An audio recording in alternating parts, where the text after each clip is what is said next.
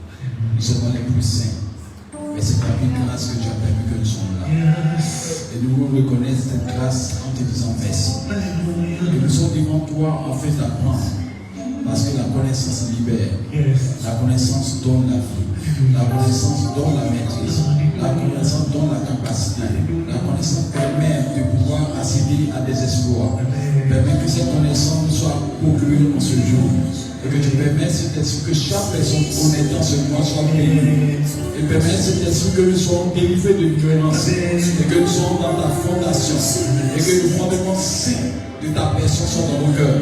Bénis cette assemblée et bénis ce moment au nom de Jésus-Christ. Amen. Est-ce que tu peux te lever pour accueillir ce moment?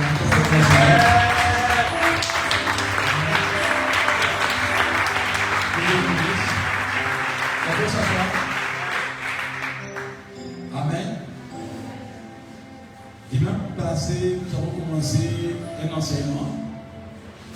Je me suis posé la question, est-ce que l'enseignement en un mois ça peut suffire? Je pense que ce n'est pas suffisant. Donc ceux qui crient, les cours de base vont être rattrapés dans le mois prochain et le mois prochain. On a 3 mois à enseigner dessus parce que notre désir c'est que tout le monde soit riche dans la grâce de Dieu. Amen. Vous savez, quand tu dois aller à l'école, il y a un sacrifice que tu fais. Pendant que d'autres dorment, toi tu peux te lever à 5 h du matin. Préparer tes effets. Aller lutter avec des bus pour aller à l'école. Parce que tu veux avoir une avenir sûr. Pendant que d'autres sont en train de regarder télé, des films. Toi, on te dit, va étudier. Au début, quand on te dit cela, tu as mal au cœur. Mais après des années, tu te rends compte que quand tu as suivi l'école, vu que tu pouvais mourir pour cela, tu te rends compte que tu peux regarder matin et soir. Parce que tu as eu la capacité d'aller à l'école, tu as eu les moyens, tu peux payer même ton CD, tu peux payer même ta télévision, tu peux payer ton canal, tu peux payer le temps de l'électricité, tu peux regarder le film à 5 fois, 6 fois, 7 fois, 20 fois. Or, il y a d'autres personnes qui n'ont pas suivi l'école, elles ont regardé le film, Mais dans notre temps, pour regarder le film, là, on vient de demander pardon, il y a fait chez toi. Alléluia. Dis à ton voisin, le sacrifice est toujours payant. Amen. Tous ceux qui font un sacrifice deviennent propriétaires. Écoutez-moi bien. Tous ceux qui font un sacrifice deviennent propriétaires. C'est ceux qui ne font pas de sacrifice qui deviennent locataires. Donc je veux que nous soyons des propriétaires. Parce que le propriétaire décide, le locataire subit. Et mon souhait, c'est que tu sois propriétaire. Parce que le but de Dieu, lorsqu'il créait Adam et Ève, il a dit soyez propriétaire. Il n'a pas dit soyez locataire. Parce que Dieu veut que tu sois dominateur, que tu domines et que tu possèdes un héritage. Donc le chrétien doit avoir cette capacité d'avoir dans l'esprit que je dois devenir propriétaire. Et je souhaite que tu sois le meilleur propriétaire de ta génération. Parce que lorsque tu es propriétaire, tes enfants ne sont pas en danger. Lorsque tu es propriétaire, tes enfants sont heureux. C'est les propriétaires qui laissent un héritage. Dont les locataires laissent notamment des crédits. Parce que même payer une maison, louer une maison, c'est un crédit à vie. Tu loues à chaque moment. Mais quand tu es propriétaire, tu mets tes enfants en repos. Alléluia. Et mon souhait, c'est que tu sois propriétaire à vie au nom de Jésus-Christ. Mais pour être propriétaire à vie, il faut qu'il y ait une école. Amen. Il y a un enseignement qu'il faut que tu aies. Parce que je souhaite que tu sois véritablement enseigné. Parce que véritablement, le Seigneur dit qu'on peut payer par manque de connaissance. Alors que lorsque la connaissance parvient, tu deviens libre et tu deviens heureux au nom de Jésus-Christ. J'ai enseigné ici en disant que lorsqu'on te permet d'avoir le permis de conduire, tu n'as plus peur de la voiture que tu vas avoir. Mais lorsque tu n'as pas de connaissance de conduite, la voiture te fait peur. Donc en vérité, c'est pour dire que ce n'est pas la voiture qui a un problème, c'est le manque de connaissance. Lorsque tu as la connaissance, quel que soit le Boeing qui est devant toi, quelle que soit la grandeur de la voiture, quel que soit le camion, quelle que soit la dimension du camion, quelle que soit la vitesse du camion, tu as la capacité de pouvoir maîtriser ce camion-là. Parce qu'en vérité, nous voyons que les événements sont difficiles. Non, ce n'est pas les événements qui sont difficiles, c'est la connaissance qui permet aux événements de nous obéir. Amen. C'est quoi le Seigneur dit dans la Bible? Va, tais-toi, va, tais-toi. Pourquoi? Parce qu'il a la connaissance. Alléluia. Quand tu as la connaissance, tu n'as pas peur. Après, quand tu connais quelqu'un, tu peux toucher à son défaut. Tu peux toucher à ses qualités. Tu peux toucher, tu fais de cette personne ce que tu veux. Le problème, c'est que nous sommes sur terre. Et Dieu nous dit qu'il est le propriétaire de la terre. Et dans le propriétaire de la terre, nous devons aller vers lui pour lui demander comment tu as conçu cette terre-là. Comment tu as fait? Et comment tu penses qu'on peut avoir le dessus sur cette terre-là? Et heureusement que sa parole nous indique le chemin. Je dis, si tu veux devenir riche, va dans la parole de Dieu, il y a les rudiments pour devenir riche. Et nous avons prêché un évangile dans le passé, un évangile pour dire que si je suis pauvre sur la terre, c'est pour que le ciel soit riche pour moi. Alléluia. Mais j'ai remarqué une parole dans Luc 18. La Bible dit dans Luc 18 que Pierre est venu poser une question à Jésus. Nous avons laissé nos femmes, nous avons laissé nos familles, nous avons laissé tout ce que nous avons là. Mais on a quel héritage? La réponse de Dieu va me faire peur. Amen. Parce que l'évangile qu'on annonçait avant, c'est que tu dois être pauvre sur terre pour que le ciel soit gagné à toi. Mais la réponse de Jésus, c'est-à-dire la bouche de Jésus, vient pour nous dire que cette version de Bible-là n'est pas vraie. Alléluia. Il dit en vérité, quiconque laissera sa femme, ses enfants, ses frères et sœurs, recevra au centuple les choses qu'il a perdues dans ce siècle et dans cette saison présente, et en plus aura à la fin la vie éternelle. Vous voyez la différence? C'est-à-dire le souhait de Dieu, que tu ne demeures pas pauvre jusqu'à la fin de ton séjour sur terre, mais que tu sois propriétaire des bienfaits de l'éternel sur terre. Alléluia. Amen. Si tu as ton nom sur un terrain, sur une cité, sur une immeuble, ça ne dérange en aucun cas Dieu. Et le souhait de Dieu, c'est que ton nom soit sur un terrain, soit sur une maison. La question que tu te poses, est-ce que j'ai le temps maintenant? Alléluia. Est-ce que vous savez que pour être ingénieur, il faut que tu aies un bac? C'est pas ça? C'est pas ce qu'on nous dit? Amen. Et quand tu as le bac, on fait 5 années encore pour que tu puisses avoir le diplôme d'ingénieur. Mais il y a où venir, il y a où vous confondre. Alléluia. Prends un enfant et puis envoie-le dans l'école. Tu l'apprends à écrire, à lire, tu apprends à connaître d'autres rudiments de la connaissance d'alphabétisation, et puis il commence à me former avec les mêmes matières d'ingénieur. Il suffit qu'il soit conscient. Après ces années ou 6 années, cet enfant qu'on dit n'a pas bac là, aura la capacité d'un ingénieur.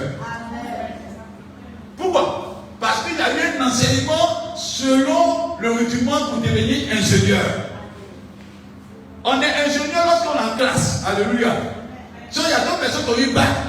Il y a d'autres personnes qui ont eu bac et étaient supérieurs, qui ont eu même des diplômes, qui ont eu un moyen excellent. Mais ils ont fait un coup sucre, un coup. Ils sont devenus, ils ont eu 2 UT, ils ont eu BTS. Mais celui qui était moyen, qui est parti dans le cycle d'ingénieur, est devenu ingénieur. Pourquoi? Parce qu'il a suivi les rudiments qu'il fallait pour être ingénieur. Donc tu veux dire à quelqu'un ici que tu ne seras pas riche parce que tu as eu des diplômes. Il n'y a pas de préalable pour que tu sois riche. Il n'y a pas de préalable pour que tu sois prospère dans la présence de Dieu. Ce que Dieu demande, c'est que tu écoutes. Ce que Dieu demande, c'est que tu sois enseigné. Ce que Dieu demande, c'est que tu aies envie de devenir riche. Alléluia. Et je vais dire à quelqu'un que ton âge n'est pas un défaut à la richesse que Dieu t'a accordée. Parce que si on veut regarder l'âge, Abraham avait 75 ans. C'est pas ça? Abraham avait 75 ans. Mais il est devenu fort riche dans sa vieillesse. Donc il n'y a pas d'âge qui empêche Dieu de devenir riche. Mais le problème, c'est que tu sois à l'école. Alléluia. Il faut une école pour toute autre formation. Et nous sommes sur le chemin de l'école de la prospérité. Amen. Et ce n'est pas aucune prophétie ne doit t'empêcher de rentrer dans ta bénédiction. C'est-à-dire, je vais te dire que c'est un bonus. Alléluia. Amen. Que tu sois pasteur, que tu sois menuisier, que tu sois maçon, que tu sois celui qui est sur l'église, la prospérité doit te localiser. Et je peux dire à quelqu'un, dis à ton voisin, tu peux devenir riche. Toujours, tu peux devenir riche. Bon, il faut que tu saches cela. Amen. Vous savez, quand tu donnes un enseignement à quelqu'un, tu as fini par l'imparter. L'enseignement impacte. Ce qu'on entend finit par nous influencer. Dites à quelqu'un que dans quel village on ne mange pas viande. Tu manges viande, tu as été malade. À force de répéter cela, ça devient une foi dans le cœur. Le jour où viande là, il va commencer à avoir sa bouche va se déformer, il va commencer à devenir malade. Pourquoi? Parce qu'à force d'entendre là, ça a eu son effet sur sa vie. Je vais te dire, on nous a dit que le christianisme c'est un christianisme de pauvreté. Donc en même temps, comme ça vit maintenant, tu regardes les habits des chrétiens, maintenant ça va être petit. Les habits les plus faux sur le marché sont pour les chrétiens. Les habits les plus chics sont pour les païens. C'est pas normal. Dis ça doit changer. Ça doit changer.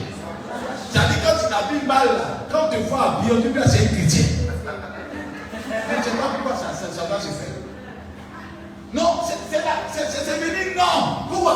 Parce que depuis que l'évangile a commencé là, il y avait donc des principes avant. Les gens qui venaient avant devaient prendre leur richesse et puis après, évidemment, imposer un autre Dieu. Mais malheureusement, ils nous ont donné le bon Dieu. Alléluia. Amen. Amen. Quelqu'un veut te condamner. Il veut t'avoir, mais c'est dans le plan de Dieu. Donc la connaissance de la parole de Dieu là, c'est une bénédiction. Maintenant, nous sommes conscients que Dieu nous a donné la plus grande bénédiction, c'est la parole de Dieu. Et je vais dire à quelqu'un, celui qui est riche à la parole de Dieu, tout son voisin. Dis la parole de Dieu. Amen. Dis j'aime la parole de Dieu. J'aime la parole de Dieu. On va beaucoup lire, c'est pas que vous compreniez aujourd'hui. On va beaucoup lire, il y a beaucoup de versets à lire. Mais je veux que tu. Il faut retenir. Après cela, tu seras béni au nom de Jésus-Christ. Amen.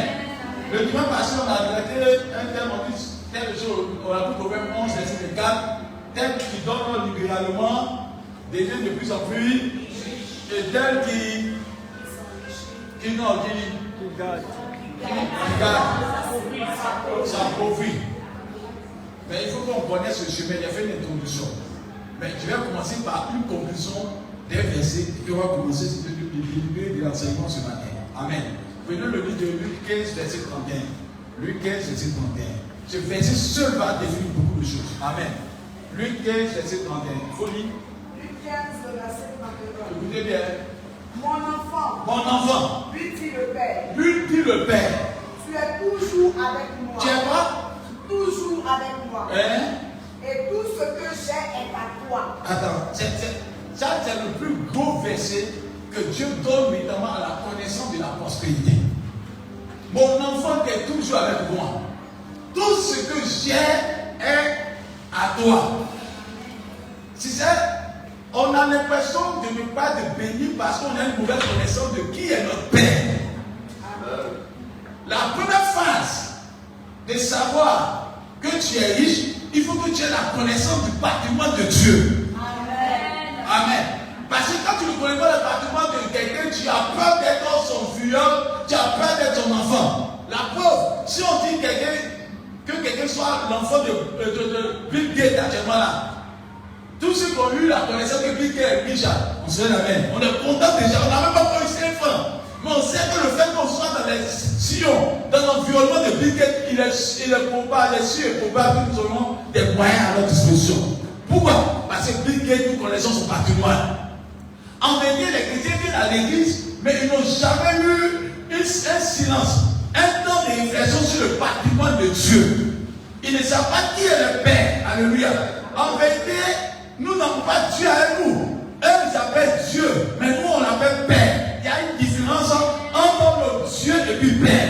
Parce qu'avec Dieu, c'est une entité supérieure, extraordinaire, une vénération comme une droit. Mais un Père, c'est une intimité. Il y a quelque chose qui doit se passer pour nous. Alléluia. Il y a les privilèges qu'on a auprès du Père, il y a les droits qu'on a auprès du Père, et puis on a une conscience auprès du Père. Alléluia. C'est une grâce d'avoir un Père. Alléluia. Et la pauvre, ceux qui sont enfants de l'église, j'ai dit, enfants de l'église, enfants de boss, c'est un boss. Alléluia. En vérité, c'est-à-dire que quand ton papa est boss, tu finis par être boss. Malheureusement, nous sommes allés consulter Dieu pour dire à Dieu, quels sont tes enfants? Dieu a honte de nous présenter. Il dit pourquoi? Il dit parce qu'en vérité, les enfants ont pris quelques parties de moi, mais n'ont pas pris tout ce qu'il y a de moi. Alléluia. Amen. C'est pourquoi on connaît Dieu dans la puissance, mais on ne connaît pas Dieu dans la richesse. C'est pas normal. On ne connaît pas Dieu dans la gloire. C'est pas normal. On ne connaît pas Dieu dans le règne. Parce que je vous dis la vérité, la main qui demande est soumise, elle est dominée. Mais la main qui donne, elle est supérieure. C'est pas dans une de ton vêtu de cette petite parole qui est forte. Il dit vous n'avez plus à demander. Vous n'avez plus à prêter. Alléluia. Et regardez quelqu'un qui demande à commence à faire petit. Il a besoin, il fait ses yeux comme des yeux de Gabriel. Quand Gabriel nous mourit là. Oh, il dit quand tu commences à demander, tu commences à avoir un verset, tu fais pardon, pardon. Mais celui qui donne, il y a une sérénité dans son cœur, il y a une paix dans son cœur. Parce qu'il est celui qui domine au nom de Jésus. C'est quand tu te vêtu, le Seigneur vous serez à donner, à prêter. Alléluia. Et puis c'est quand tu commences à te vêtu, vous aurez la supériorité. Il veut que tu sois supérieur. Dis Amen. Il veut que tu sois supérieur. Donc, au premier plan, ça va être la capacité de mon Dieu. On va pas aller en profondeur sur ce plan-là, mais on va toucher des versets qui vont te permettre de connaître la capacité de mon Dieu. Amen. Qui sait que Dieu est le propriétaire de toute la terre? C'est pas quand nous regardons bien dans le livre de Genèse 1, verset 1, je veux qu'on lise quelques versets quand même pour montrer le patrimoine de Dieu. Genèse 1, verset 1. Oui. Ce verset seulement dit beaucoup de choses. Oui. Il dit quoi? Au commencement, Dieu créa les cieux et la terre. On n'a pas dit, écoutez-moi, on n'a pas dit au commencement, on donna la terre et les cieux à Dieu. On dit au commencement, Dieu est l'auteur et Dieu est le créateur. Dieu est celui qui a fondé, celui qui a fabriqué, celui qui a fait sortir sa terre et toutes ses entités et le ciel de son sein. Alléluia. Amen. Il y a une différence. Amen. Amen.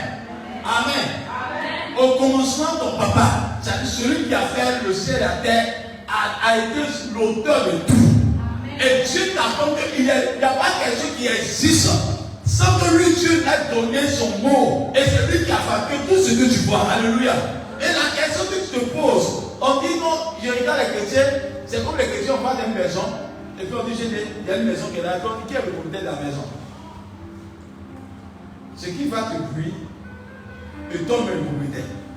On te pose la question, la maison, c'est pour qui? Tu dis non, c'est pour M. Kwame. Et puis, arrivé dans la maison là-bas, tu vois des fauteuils, tu es brûlé par les fauteuils sauvages. Et puis tu dis, le fauteuil est joli, mais comment il y a fait pour pouvoir un fauteuil là? Celui qui est propriétaire de la maison, tout ce qui est dans la maison, lui a bâti. Voilà les chrétiens qui sont sur la terre. On n'est même pas sur tout ce que Dieu a fondé. On est sur un élément de ce que Dieu a fondé. Parce que quand tu lis l'histoire de la création, il y a Mars, il y a beaucoup de planètes, il y a la lune, il y a le soleil, tout cela c'est Dieu qui a fabriqué. C'est pas ça? Amen. Dieu a fabriqué toutes ces choses-là. Mais ce qui va étonner, nous on est sur seulement une seule portion. Et comme si Dieu peut me donner un terrain, si Dieu peut me donner un immeuble, Dieu n'est pas limité. Tout ce qui existe, ça c'est seulement terrestre. Et le ciel, nous on ne connaît pas. Personne ne connaît le ciel. Mais je vous dis la vérité, le ciel est plus vaste que la terre. Alléluia. Et dans le ciel, il y a tellement de miracles. Et ce Dieu-là est le créateur des cieux. On n'a pas dit du ciel, on dit des cieux. C'est-à-dire qu'il y a plusieurs catégories de ciel. Alléluia. Et dans la notion du troisième ciel, mais moi je me dis que c'est une connaissance humaine. Il peut y avoir des cieux et des cieux et des cieux et des cieux et des cieux. Et c'est Dieu qui fait ce qu'il veut. Alléluia. Amen. Et Dieu va de gloire en gloire. Et c'est Dieu l'a dit qu'il est ton Père. Donc si nous sommes entièrement heureux, c'est parce qu'on est un Dieu capable. Alléluia. Amen. Mon Dieu me pose la question pour savoir, est-ce que tu sais que ton papa est le propriétaire de la terre et du ciel?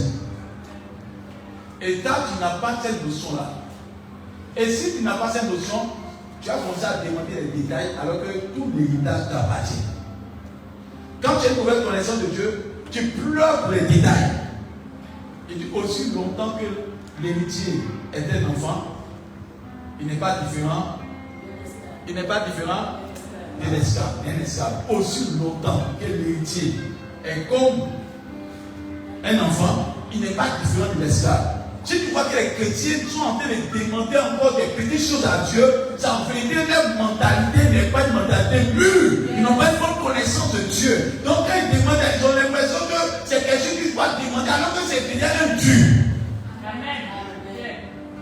C'est un Dieu. Tu dois posséder. Tu dois être riche. Et tu dois posséder. Vous allez voir des choses qui sont dans la parole et qui seront des paroles qui vont t'aider ce matin. Dieu m'amène. Et dans le livre de Jean 1, je veux qu'on lit Jean 1, verset 1 à 3, ça va t'aider aussi pour savoir le bâtiment de Dieu. Tout savoir, je veux commencer par là d'abord. Alléluia. Jean 1. Oui. Au commencement était la parole. Oui. Et la parole était avec Dieu. Oui. Et la parole était Dieu. Amen. Elle était au commencement avec Dieu. Oui. Toutes choses ont été faites par elle. Oui. Et rien de ce qui a été fait n'a été fait sans elle. Donc, Dieu est le propriétaire de tout ce qui existe. Est-ce qu'on est d'accord d'abord avant de commencer? Amen. Dieu est le propriétaire de tout ce qui existe. Même toi-même, tu es la propriété de Dieu. Alléluia. Et Dieu est propriétaire de tout. Il est propriétaire même des méchants. Il est propriétaire même de Satan et des démons. Il est propriétaire des anges. C'est-à-dire, tout ce qui existe appartient à Dieu. Même Satan appartient à Dieu. Est-ce que tu sais ça d'abord? Amen. Tout ce qui existe appartient à Dieu. Satan peut dire que je ne suis pas de Dieu. Il appartient à Dieu.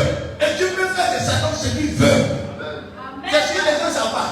Dieu peut faire de ce qu'il a créé ce qu'il veut. Alléluia. Et personne n'échappe à la volonté de Dieu. Alléluia. Et c'est pas je dis à quelqu'un que ton papa est propriétaire de toute l'humanité. C'est pas vraiment Agé 2, verset 6 à 9, rapidement, on va lire. La capacité de ton Dieu. Il est propriétaire de tout. Amen. Et puis quelqu'un prend Philippiens 4, verset 18 à 20. Philippiens 4, verset 18 à 20. Oui. Oui. Agé 2, verset 6 à 9. Ouais. Vous serez beaux. Non, Agé 2.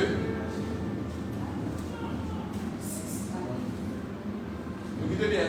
Car ainsi parle l'Éternel. Car ainsi parle l'Éternel, oui. Encore un peu de temps. Encore un peu de temps. Et je branlerai les cieux et la terre. Tu vas faire quoi? Et branler les cieux. Est-ce que toi qui n'as pas un pouvoir là, tu peux ébranler les cieux et la terre? Dieu est le propriétaire, donc il peut ébranler tout ce qu'il veut. C'est-à-dire le jour il décide qu'il ébranle ça à la faveur de qui il veut. Alléluia.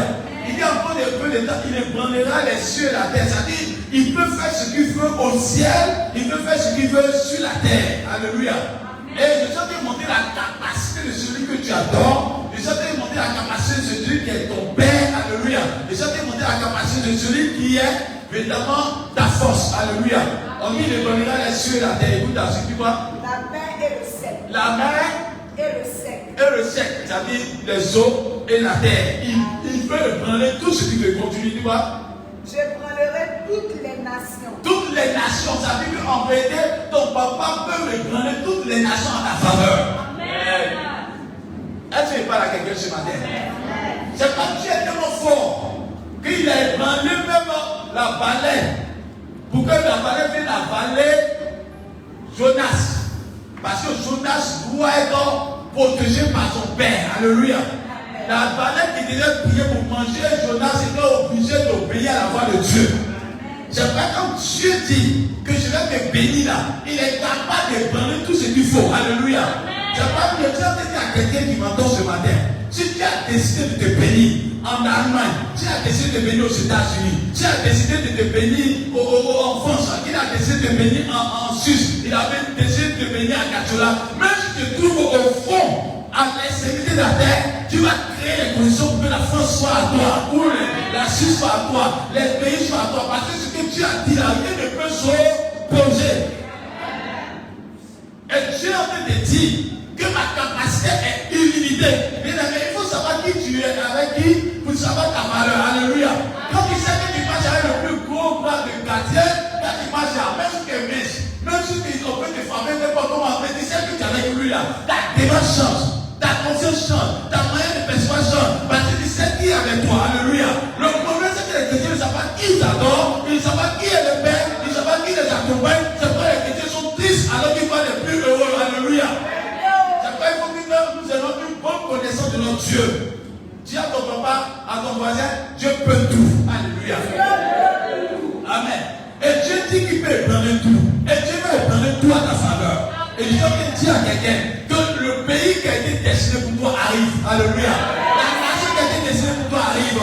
Et les événements qui ont été destinés pour toi arrivent. Parce que ton Dieu est dans une phase de prendre les cieux et la terre, de prendre les eaux et de prendre le sec à ta faveur. Alléluia. Les jours seront heureux pour toi. Et je vais te dire qu'un temps prophétique s'annonce pour toi. Je vais te dire qu'un temps de gloire s'annonce pour toi. Un temps de richesse s'annonce pour toi. Parce qu'il y a un temps pour tout chose sur terre. Alléluia. Et Dieu te dit que si l'enseigne la culture de la prospérité, c'est que Dieu est une phase d'enrichir son peuple. Alléluia. Et on dit la vérité, quand Dieu commence quelque chose, il commence à solliciter des thèmes. Et si Dieu sollicite ce thème-là, c'est parce que dans le plan de Dieu, il y a des stocks de bénédictions financiers, il y a des stocks de bénédictions matérielles qui sont là, qui veulent déclasser, qui veulent déverser. Alléluia. Et je vais te dire qu'il y a le stock, Dieu veut te stocker cela. Et tu dois être le propriétaire de cela. Amen. Je vais dire à ton voisin, ton statut va changer. Dis-lui, ton statut va changer.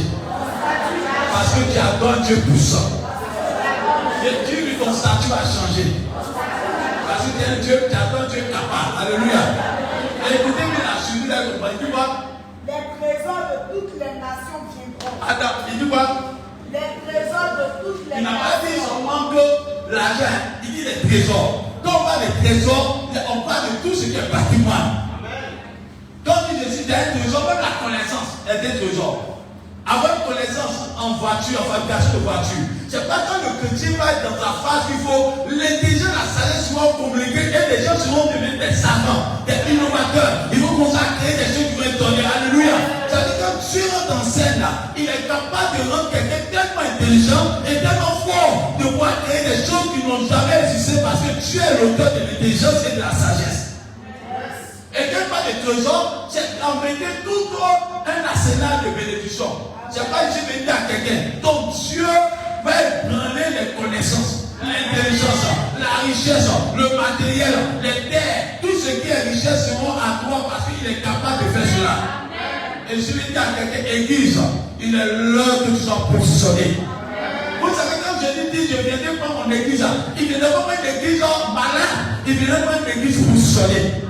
Il ne viendra pas une église qui règne, une église dit, tu donnes envie. Alléluia. Et je prophétise que la saison sonne. Et je déclare que la saison de gloire sonne dans notre égard au nom de Jésus. Tu vas donner envie aux autres parce que Dieu va te bénir au-delà de tout. Amen.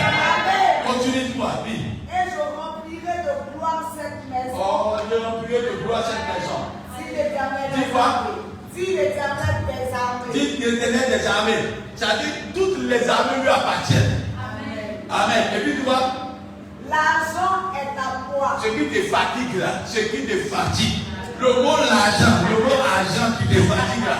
C'est que tu as cherché au travers des sorts, au travers des techniques, des hommes, c'est à blaguer un homme, à blaguer une femme, à blaguer des sociétés. Il dit toutes ces techniques que tu as là, tu n'as pas besoin d'avoir cela. L'eau et l'argent lui appartiennent. S'il y a quelqu'un qui doit blaguer là, s'il y a quelqu'un qui doit toucher, il y a quelqu'un qui doit blaguer par les techniques, là, tu as ton voisin, c'est ton papa. Amen. Amen.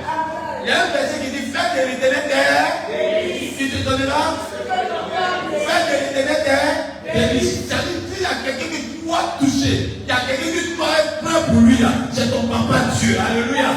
Parce qu'il est le propriétaire de l'argent et de l'or. Alléluia. Mais malheureusement, nous sommes dans un état matériel dont on n'a pas de bonne connaissance. On pense que c'est celui qui est riche qu'il faut poursuivre. C'est celui qui a une société qu'il faut poursuivre. Poursuivez d'abord Dieu. Toujours Dieu. Toujours Dieu. Que Dieu soit au premier plan. Et vous allez voir que le matériel et ces choses vont vous courir derrière au nom de Jésus. C'est pas ici que tu as train de dire à quelqu'un, ton Dieu est puissant. Amen. L'or et l'argent, est-ce que tu sais ça? Est-ce que tu es assis pour savoir que ce que tu as cherché beaucoup là, ça appartient à l'or et l'argent? Je suis en train de voir que Dieu veut te rendre riche. Ton papa, directeur de banque seulement là, son fils, son père a travaillé dans le quartier. Il est directeur. Est-ce que son nom est dans le contexte des employés de la banque? Non. Pourquoi? Parce que son papa est seulement directeur de banque. Il n'est pas propriétaire. Il n'est pas propriétaire de banque, il est directeur de banque. Mais son enfant dans le quartier. Ah non, quelle marche, mais tout le monde est étonné. Il marche, il fait bloc comme ça. On sent que lui, c'est l'enfant du directeur de banque. Pourquoi? On l'apprécie. Pourquoi? Parce que le directeur de banque là, il donne le pouvoir à son enfant. Yes. Mais nous sommes en train de crier. Mon papa a dit, mon père va. Mais malheureusement, on peut pleurer. Et vous pouvez pas qu'il y ait une contraste. C'est-à-dire que nous n'avons pas contraste. On baba pour lier. Dis à ton voisin, tu baba pour lier, tu mens. Tu as un pays. Tu as un pays. Vous savez les pays. Les pays, c'est ceux qui disent que tu pouvais tenter pour ça entre eux. Lui, tu dis, ah, mon papa là, c'est le boss, c'est le directeur de la banque. Mais on regarde. Toi et puis lui là, on voit que c'est le jeu de la vie. Pourquoi? Parce que tu dis c'est ton papa là, toi on te regarde, puis que tu portes, ah, c'est 2 fois tout le monde. Pourquoi? Parce que c'est que tu dis, on ne doit pas les effets sur toi. Mais pourquoi les chrétiens? Jésus est mon ami de tous les jours. C'est sûr. Parce que ce Dieu là, lorsqu'il est ton ami, il pense soin de toi. Lorsqu'il est ton ami, il est au contrôle. Il te fait rentrer dans son sein. Alléluia. C'est pas la question que tu te poses. C'est que tu dis, est-ce que tu fais cela? Amen. C'est pas on dit, notre Dieu nous a demandé Dieu est capable. Et je suis dit à quelqu'un, ton Dieu est capable. Et Dieu est capable. Il faut savoir qui il est d'abord avant que tu sois béni. Et la capacité de Dieu, c'est ce qui manque au christianisme. Il faut qu'on sache qui est son Dieu là. Et puis il dit quoi? Tu vois? L'or est à moi, dit l'Éternel des armées. La gloire de cette dernière maison sera plus grande que celle de la première. Il a dit que Dieu regarde une église glorieuse. Amen. C'est pas le Seigneur dit la fin de tout chose vaut mieux que ce commencement. Vous pensez que Dieu veut qu'à la fin de son histoire là, l'église soit malade. Qui va ouvrir la porte au ciel? Si la fin du film est mauvaise, qui va ouvrir la porte au ciel? Personne. C'est pas qu'il faut dire à la fin des temps. L'église sera positionnée dans une dimension pas possible. Les plus intelligents, les plus riches, les plus savants, les innovateurs, les gens qui sont remplis de connaissances, qui sont remplis de qualité, de richesse, de propriétaires, c'est des chrétiens qui sont à la tête au nom de Jésus. C'est les de Dieu qui sont positionnés. Et c'est ça que je me dis. Avant que nous ne partent, il faut qu'on marque nos générations. Et pour marquer nos générations, il faut avoir une bonne connaissance de Dieu. Et cette connaissance qu'on a dans la parole de Dieu. Dieu est capable de tout. C'est pas que non, Philippiens 4. Amen. Philippiens 4, à partir de verset 18 à 20. La capacité de Dieu. Le petit N, la capacité de Dieu. Il faut comprendre qui est ton Père, que Dieu fait. Philippiens 4, verset 18, rapidement. J'ai tout reçu. Non, Philippiens 4, verset 18. Oui. J'ai tout reçu. Hein? Et je suis dans l'abondance. Oui. J'ai été comblé de biens. Ça, c'est Dieu qui parle, c'est Paul qui parle en ce moment. Oui, continue. En recevant Oui. par Épaphrodite Oui. ce qui vient de vous, Oui. comme un parfum de bonne odeur. Oui, continue. Un sacrifice que Dieu accepte Hein? et qui lui est agréable. Maintenant, le verset qui a nous intéressé maintenant. Et mon Dieu pourvoira. Et mon Dieu va. Pourvoira. Et mon Dieu. Pourvoira. Dieu va pouvoir à tous vos besoins. Votre Dieu dit qu'il a la capacité de pouvoir à tous vos besoins. C'est pas qu'il te donne une question, il te pose une question. Quel est ton rêve? Quel est ton vœu? Quel est tes projets? Quelle est ta vision? Dieu est capable de pouvoir ta vision. Alléluia. C'est pas, je veux dire à quelqu'un, il faut que tu restes bien dans la présence de Dieu. Et mon Dieu pourvoira à tous tes besoins. C'est pas, je dis évidemment, Dieu va pouvoir tes besoins. Dis à quelqu'un qui m'entend. Si c'est jet privé, Dieu est capable de donner. Dis à ton voisin, tu peux avoir jet privé. Non, il y a la voix. Il y a pas de ne pas mourir. Il y a même pas foi. Si il dit que tu peux avoir 10 000 francs, on va faire fort comme ça.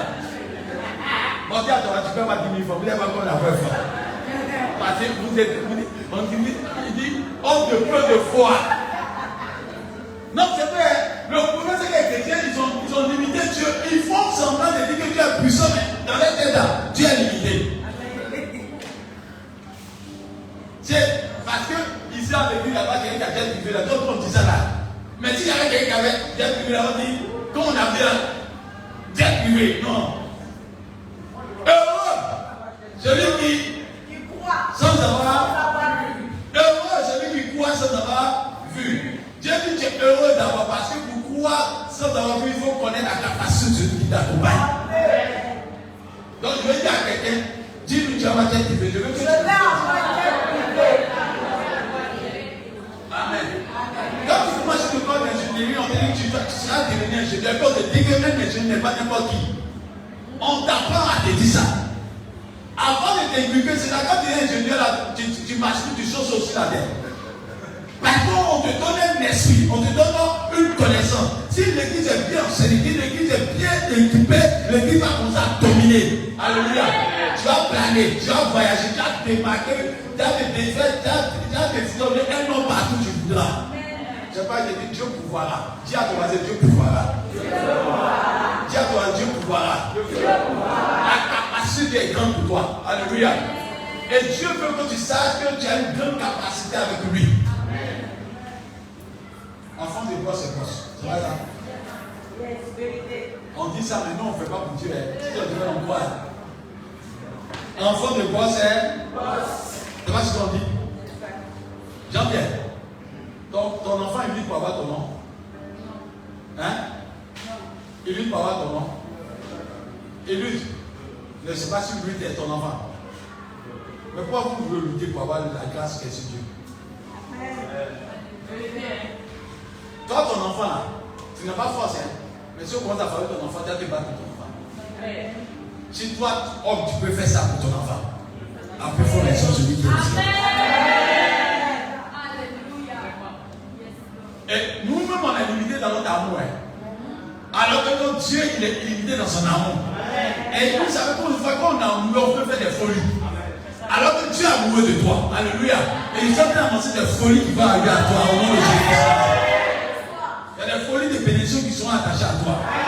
Et c'est pas la capacité qui est tellement grande que je m'arrête là. Maintenant, on va savoir comment être héritier. Deuxième phrase, qui est héritier de la grâce et de la capacité de Dieu? Le premier verset qui nous vient, c'est Jean 1, verset 12.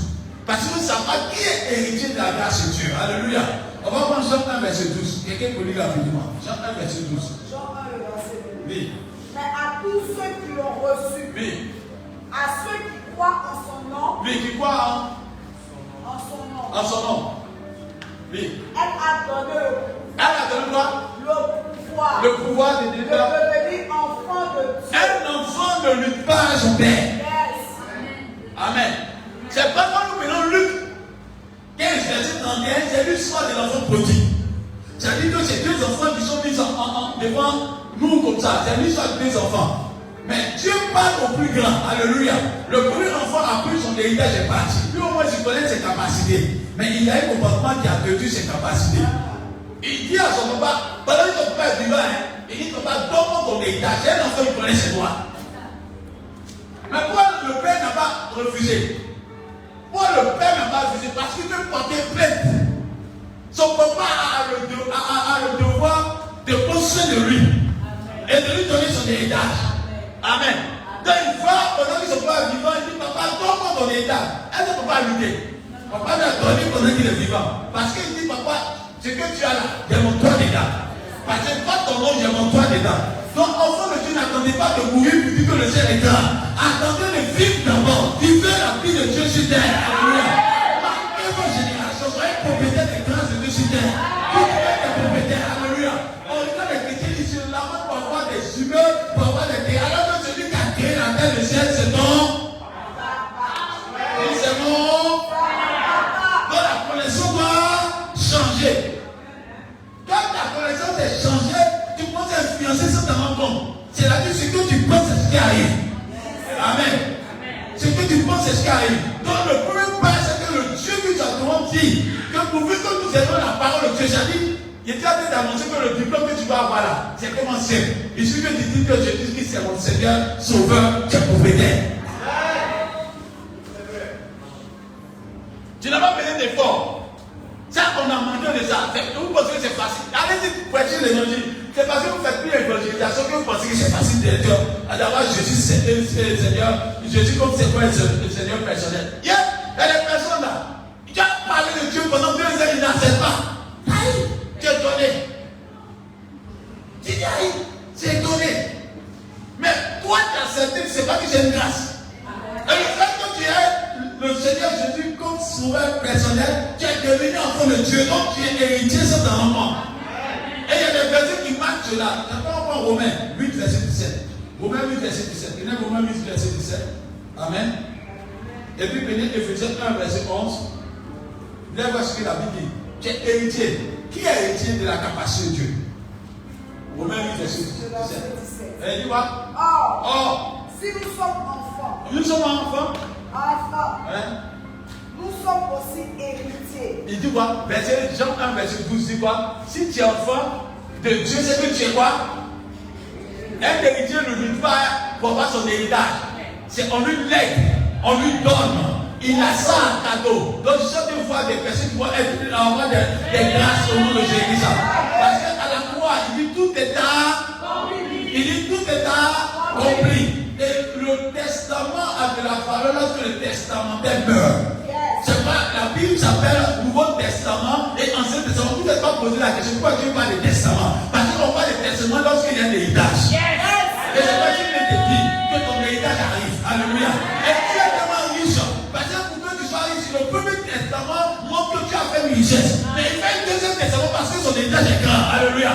Quand tu reçois des biens à ton bien de l'église à tes enfants, il n'a pas aboli l'Ancien Testament. C'est un grand héritage qu'il a donné. Mais il fait un deuxième testament pour dire que l'héritage est encore grand et Dieu a élargi le testament. Et je lui dis à quelqu'un, ton héritage est tout au nom de Jésus. Et c'est pas Dieu dit que tu es propriétaire de beaucoup de ce Dieu Amen.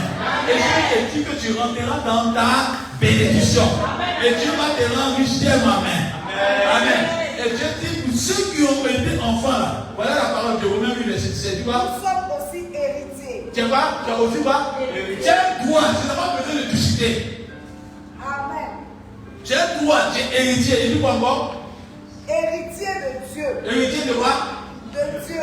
Attends, on n'a pas dit héritier d'un milliardaire. On n'a pas dit héritier d'un simple propriétaire de cité immobilière. On dit que tu es héritier de Dieu. Quand tes yeux s'ouvriront, tu sauras que tu n'es pas n'importe qui. Tu sauras que tu as un Dieu vivant. Tu sauras que tu as un Dieu capable. Quand tes yeux s'ouvriront, tu seras parmi ceux qui vont se réjouir avant la fin. Alléluia. Parce que celui qui se réjouit avant la fin, c'est celui qui sait que sa place est réservée. Il connaît son importance à la cérémonie. C'est celui qui n'est pas habilité à être à la fête, à qui tout ce qui dit est-ce qu'on va m'accueillir? Je t'annonce que tu es propriétaire. Ça t'en rend compte. Alléluia.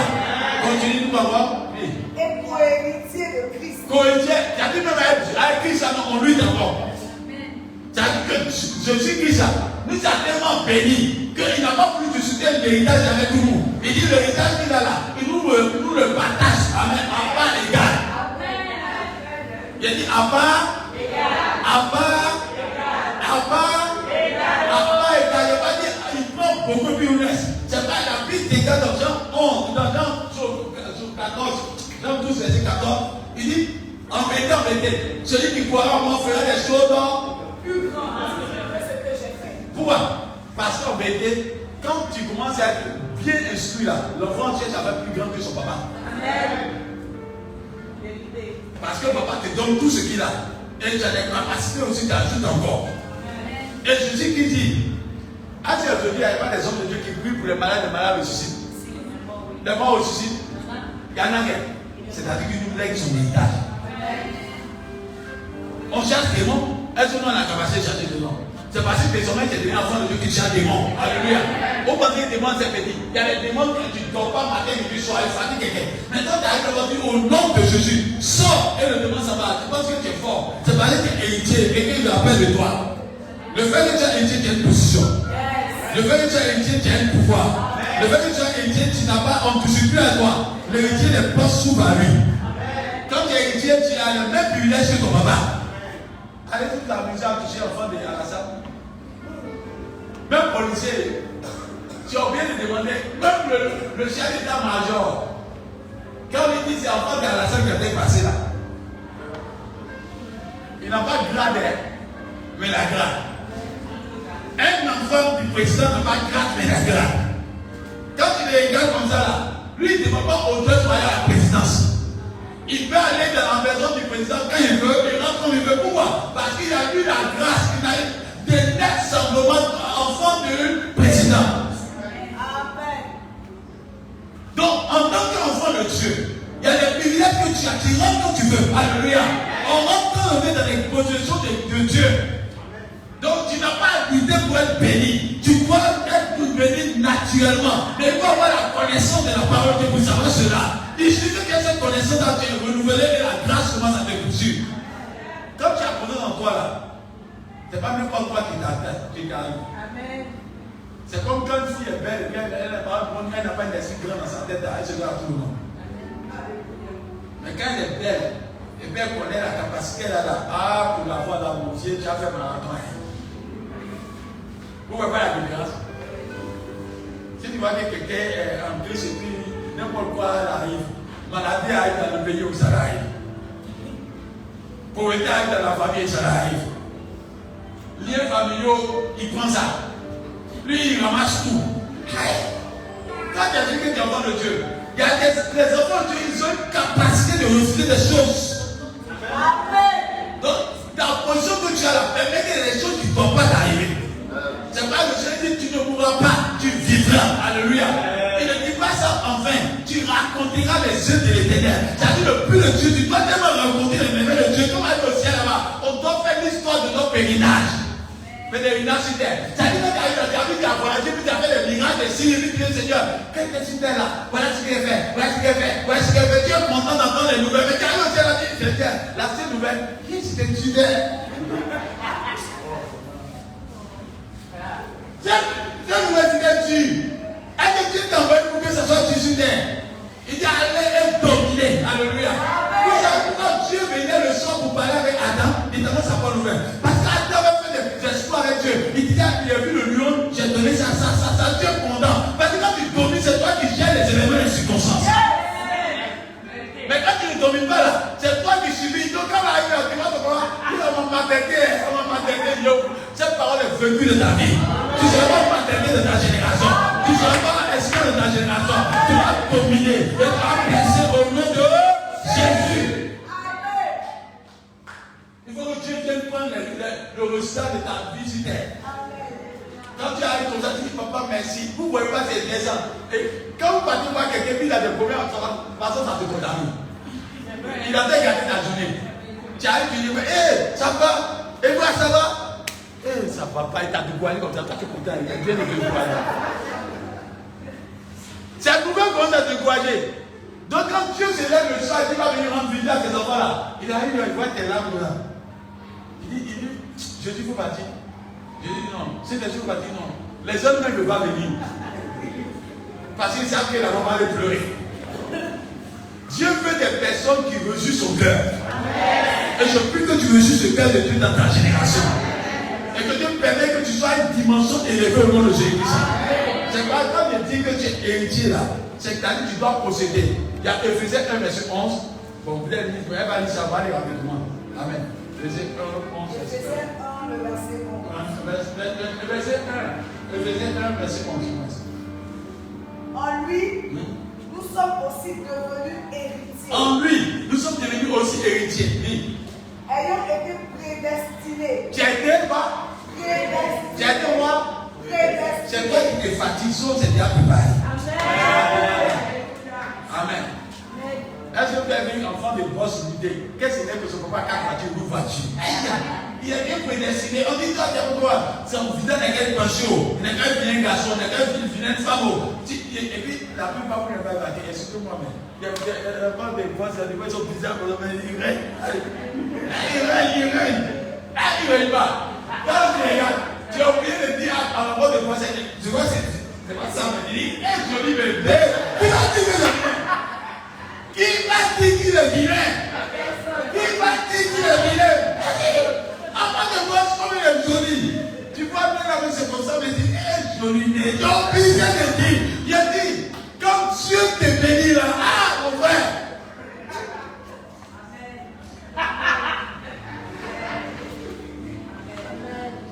Je vous ne savez pas la pression que vous allez avoir. Et vous me dites des mots qui vont vous étonner. Il dit, le plus beau des beaux. Non, il n'y a rien à faire. Quand la gloire t'a récupéré, quand la grâce t'a récupéré, quand la famille t'a récupéré, il y a des mots que tu n'as jamais entendu, tu entends. Et je prie que les choses commencent dans ta vie. Je prie que Dieu te localise au nom de Jésus-Christ. Je prie que Dieu te bénisse au nom de Jésus-Christ.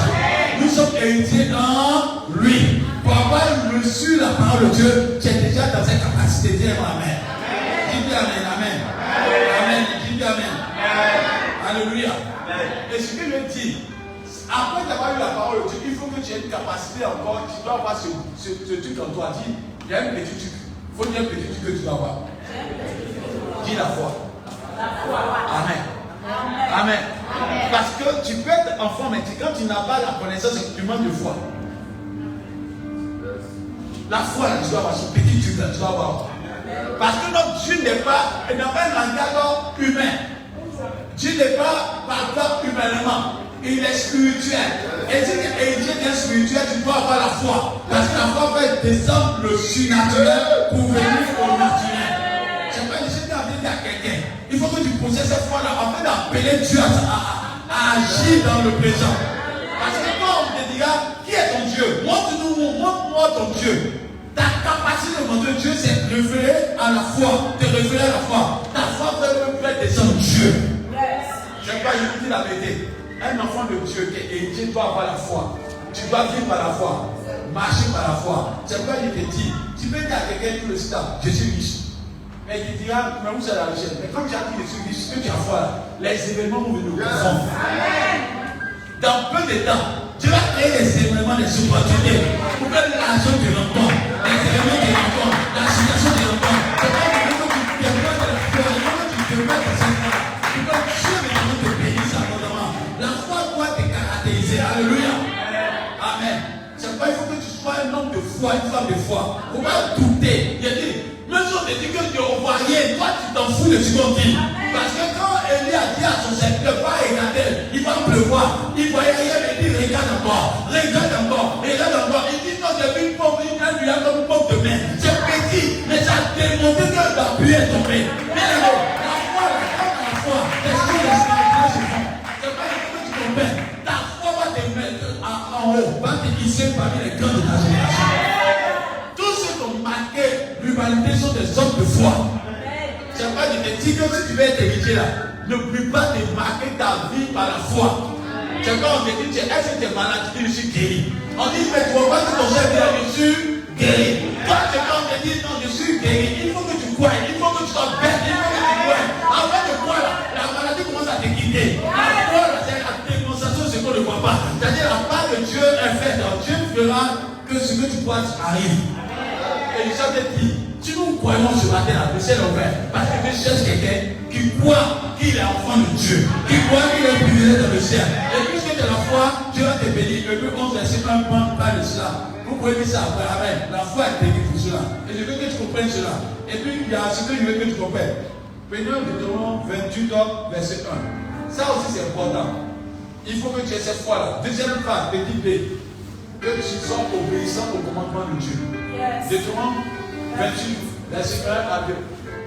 Amen. Si tu obéis à la voix de l'Éternel, ton Dieu, en observant et en mettant en pratique tous ces commandements que je te prescris aujourd'hui, l'Éternel, ton Dieu te donnera la supériorité sur toutes les nations. Donc avoir la foi est important, mais deuxième phase, il faut que tu sois obéissant. Amen. Parce que on a vu des enfants qui sont héritiers. Mais comme ils préfèrent la joie de leur papa, leur papa ne donne pas bonnes choses. Mais quand tu es héritier, que tu fais des bonnes choses, ton papa te donne des bonnes choses. Alléluia. Donc le souhait de reçu le cœur de Dieu, c'est avoir la foi. Deuxième chose, c'est d'obéir à la voix de Dieu. Alléluia. Il dit si tu obéis, tu auras la supériorité sur. Alléluia. Maintenant, troisième point. Il faut que Dieu trouve en vous la loyauté et la fidélité. Amen. C'est-à-dire que quand Dieu regarde, parce que ce que Dieu doit donner là, nous tous sommes enfants de Dieu, mais ceux qui vont faire ce qui plaît à Dieu vont avoir des positions différentes. Amen. Amen. C'est pourquoi on va lire un passage qui a tout été. Amen. Le petit A, la fidélité, c'est l'attachement et le dévouement qu'on a pour quelqu'un, pour une chose. Amen. Mais ce que je veux dire à quelqu'un qui m'entend, Dieu attend de toi une fidélité. Parce que si Dieu te bénit là, amen. S'il te bénit, il faut que l'héritage reste à la maison. Amen. Ça va dire amen. Il faut que l'héritage. Parce que le fait que Dieu te bénisse, je peux que tu t'en vas faire autre chose. C'est un héritage qui est dissipé. C'est un héritage qui n'appartient pas à Dieu. On ne voit pas cela. Alléluia. Or, le but de Dieu, quand Dieu bénit, il veut qu'on voit et qu'on touche à cela. Mais le problème, c'est que si tu te propages, tu te promènes, tu n'as pas de fidélité à toi, tu es dangereux. C'est quoi il dit dans sa parole dans Luc 16, verset 10. Il a dit ça après, rappelez-lui rapidement, il faut dire. On passe rapidement, parce que rappelez-lui rapidement. Luc 16, verset 10. Verset 10. Oui. Celui qui est fidèle dans les moindres choses, l'est aussi dans les grandes. Oui. Parce qu'en vérité, notre Dieu aussi a une capacité de fidélité. Je ne sais pas quand vous lisez dans Lamentation 3, vous allez lire avec 21 à 26, vous allez lire Josué 21, il faut lire Josué 21, verset 45. Ça nous intéresse. C'est une capacité de Dieu. Dieu ne demande pas que tu sois fidèle parce qu'il n'est pas fidèle. Mais Dieu, parce qu'il est fidèle, veut que tu sois fidèle aussi. Alléluia. Amen. Amen. Josué 21, verset 41. Tu dis quoi? Josué 21, verset 41. Hein?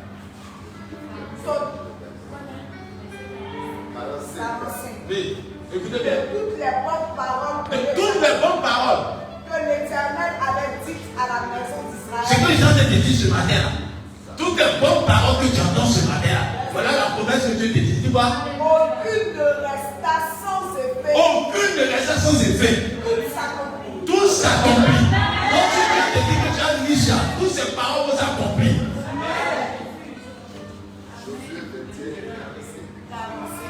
Josué 21, verset 45. Amen. Toutes ces paroles se sont accomplies. Dieu est fidèle. Non, il te demande d'être fidèle parce qu'il veut marcher. Deux personnes de les oiseaux de même plumage volent.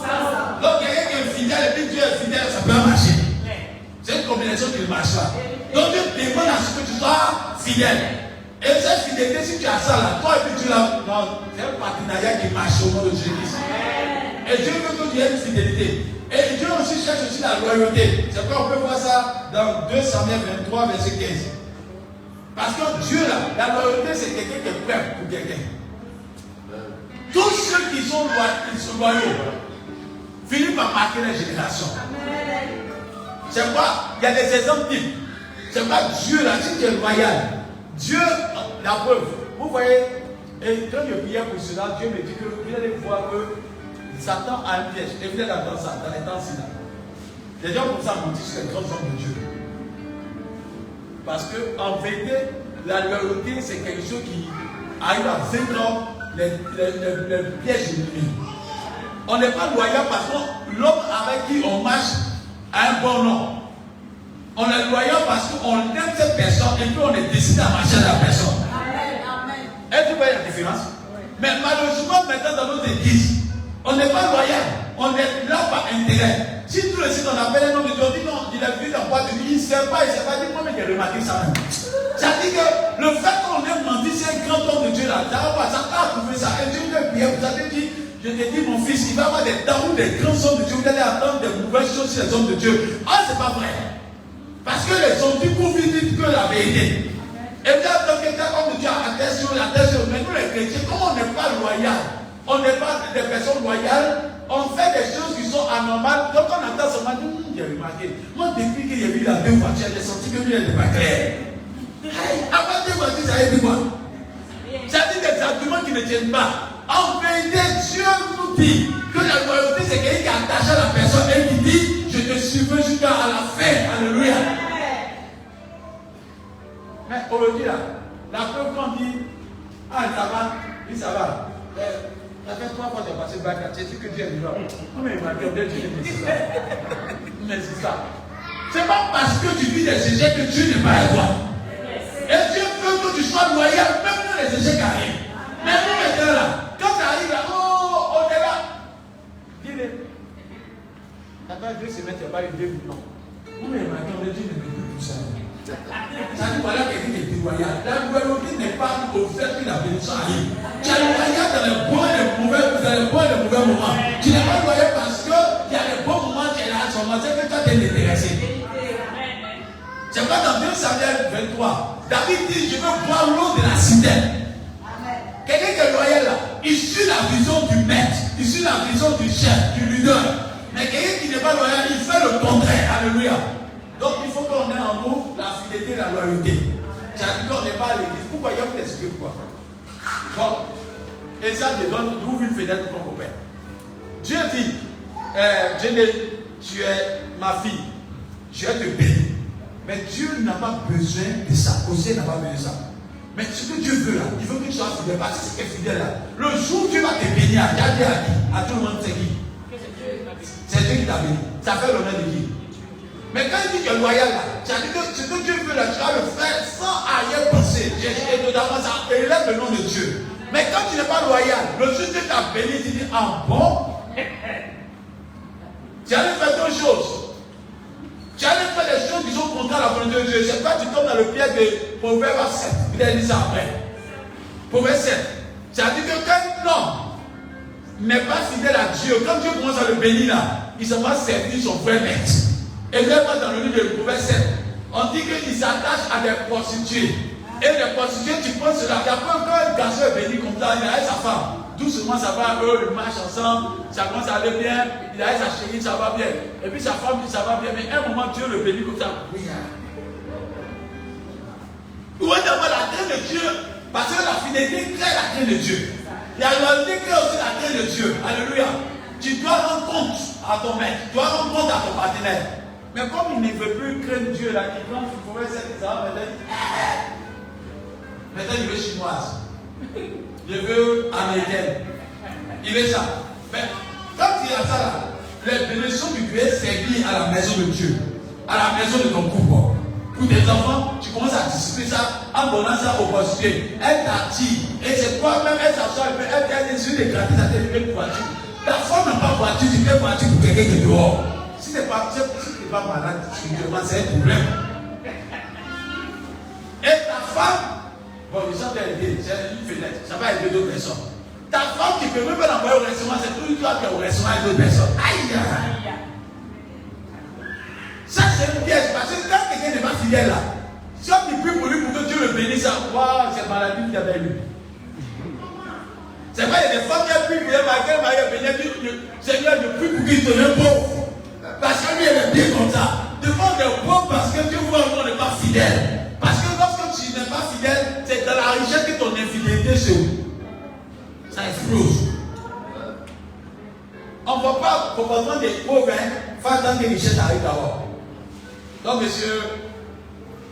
monsieur Rémi, ça va? Actuellement, tu es fidèle à ta femme. J'ai vu que Dieu change d'abord beaucoup de choses.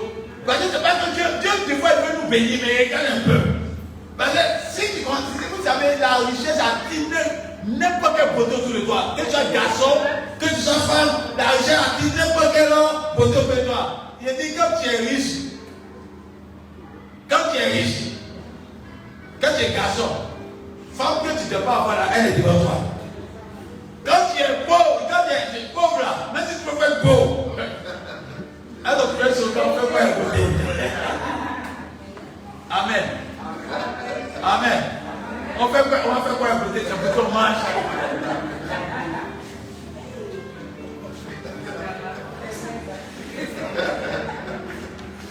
Je vais avancer. On a le don de la prospérité, don de la foi.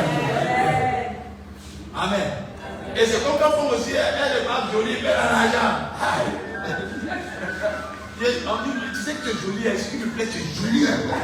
On ne dit pas où elle est, mais on dit que tu es jolie. C'est le portefeuille qui est joli. Donc la richesse, la fille des grâces, c'est Amen. Donc en vérité, Dieu voudrait que quand il va te bénir, il y a en toi la fidélité et la loyauté. Et les personnes loyales arrivent à faire prospérer le temple de Dieu. Arrivent à faire prospérer. Parce que quand toi tu t'occupes de ta femme là, ta femme prospère, elle a la paix, alléluia, dans son temps, dans son église, dans sa maison. Quand tu as l'argent, vous savez, je vous dis la vérité, quand tu commences à faire les choses de Dieu, l'argent qui rentre ne pas dissiper. C'est tranquille quoi. Ça donne la paix. Mais il y a d'autres personnes qui ont 2 millions comme ça les gratte. Et elles disent ça arrive. Il faut qu'il y ait quelqu'un. Il y a qui me provoque pour le danger. Que Dieu permet que tous les fils tombent, tiens moi amen. Dis bien amen. Dis bien amen. Que tous les fils tombent, tiens moi amen. Et que Dieu nous délivre de tout pour report de l'ennemi. Parce que Satan, il sait que ton Dieu est riche. Vous n'avez pas vu qu'il y a des personnes qui sont attachées aux enfants de pauvres. Il y a des gens, leur spécialité, être amis des enfants des riches. Parce qu'ils savent qu'un enfant des riches, des fois, ils ne sont pas conscients de leur héritage. Ils sont attachés. Lui, tu commandes le gars, va voler l'argent de ton papa, va voler l'argent de ton papa. La plupart des enfants des riches qui volent là, c'est quelqu'un qui les a introduits à faire ça. Il a tout à la maison. Il va voler quoi? Mais c'est quand quelqu'un dit, mais non, on va aller faire une show, on va voyager. C'est lui qui crée des projets pour que l'enfant des riches va voler. C'est pas quand Satan vient, il crée un péché pour toi, pour créer des projets en toi. Après, tu puisses prendre la richesse de Dieu pour le dissiper. Pour la dissiper, au moins sa richesse, pour la dissiper dans les vices. Donc que Dieu permet que toute amitié, tout environnement, tout ce qui n'est pas la gloire de Dieu de ta vie soit pissé. Dis bien amen. Dis bien amen. Dis amen. La richesse a des totems. Il y a des totems. Et il faut que tu saches, le premier totem de la richesse, c'est la prostitution. Qu'il soit homme ou femme. Alléluia. Quiconque s'attache à la prostituée devient pauvre. Quiconque s'attache à une prostituée, un prostitué devient pauvre. C'est pas vous allez voir, les femmes qui font la prostitution à haut niveau, elles ne sont sans sentiment, elles vont te ruiner son nom. Tomber dans la main de quelqu'un, oh non, vous allez comprendre. Elles sont sans sentiment, elles sont comme le papa. Le papa est sans sentiment. Satan s'en fout, hein. Il te rend, il dit, elle prouve ton enfance. C'est le maître, mais quand elle dit qu'elle va dans te donner. Donc quand tu pensais qu'il t'avait, elle te dit ça, tu veux pitié, il a fait ça, il a fait ça, qu'elle t'en fou.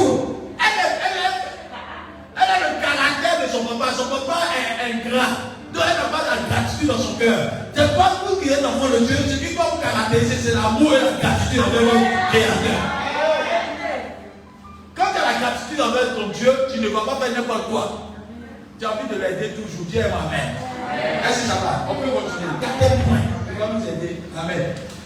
4e point, c'est les sacrifices et les offrandes qu'on doit faire à Dieu. Amen. Point Micha. Dieu attend un retour. Dieu est ma mère. Amen. il y a un retour.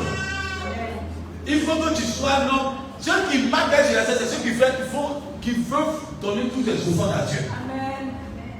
Mais de l'autre temps là, quand je suis parti à l'église évangélique, la première fois que je suis arrivé d'un pays anglophone, je suis arrivé là-bas, et puis, bon, ils ne m'ont pas bien gagné, ils me disent oui. Donc quand on parlait de goutte, bon, quand on dit il faut répéter, on répétait, même si on ne comprend pas. Mais un peu, c'est-à-dire à force d'être dans un pays là, anglophone, tu finis par avoir des paroles que tu maîtrises. Et Dieu merci, on était là, puis on était au culte. À un moment, il cherchait un culte où on fait français, anglais. On dit que quand ils ont fait ça matin, nous on est venu en retard. Donc c'est anglais. Nous tous on est rentrés, on va écouter anglais là. Donc pendant que, tu sais quand tu vois quelque chose qui est donné, pendant que nous on a dit le faire, il dit répète, on répète, et puis on est étonné. Et puis à un moment, il voit la salle, tout le monde a été couillé. Il était assis comme ça. Je vous dis devant Dieu. Il dit, est-ce qu'il n'est pas fui? Car c'était des offrandes. C'était le temps de la bénédiction. Il dit that of blessing. C'est-à-dire le temps de la bénédiction. Blessing time. Tu vois, vraiment, tu es béni. Donc, c'était le temps de la bénédiction. Ils sont comme ça, courir par les enveloppes. Ils courent par les faire au vol. Ça, c'est pas normal. Mais église de l'évangélisme francophone. Église de l'évangélisme francophone. L'heure du culte le plus dangereux, où le point est moins. Disons que la chanson devient mélancolique. Dis aux gens, on va faire le temps de dire le refrain. Le gars qui dit Amen, Amen. Au temps de dire le refrain.